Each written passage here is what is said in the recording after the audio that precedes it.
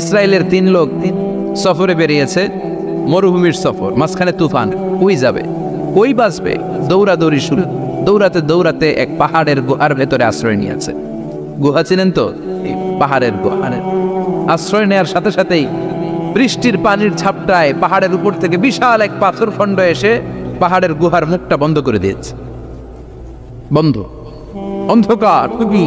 এরা পড়ছে বিপদে। হায় হায়, বাঁচার জন্য ঢুকলাম, এখন এই মরণ। ঢুকছিল কি জন্য? এখন মরণ।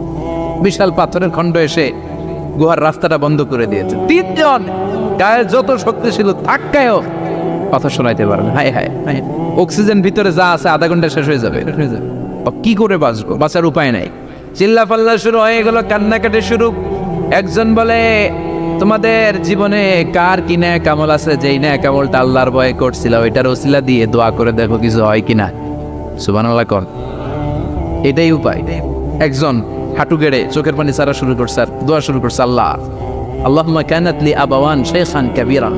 আল্লাহ, আমার বাবা মা ছিল বৃদ্ধ বৃদ্ধা, আমি পেশায় রাখাল, সারাদিন ছাগল চড়িয়ে রাত্রিবেলা দুধ আনতাম, সবার আগে আব্বা আম্মারে দিতাম, এরপরে আমার ছেলে মেয়ে, এরপরে স্ত্রী।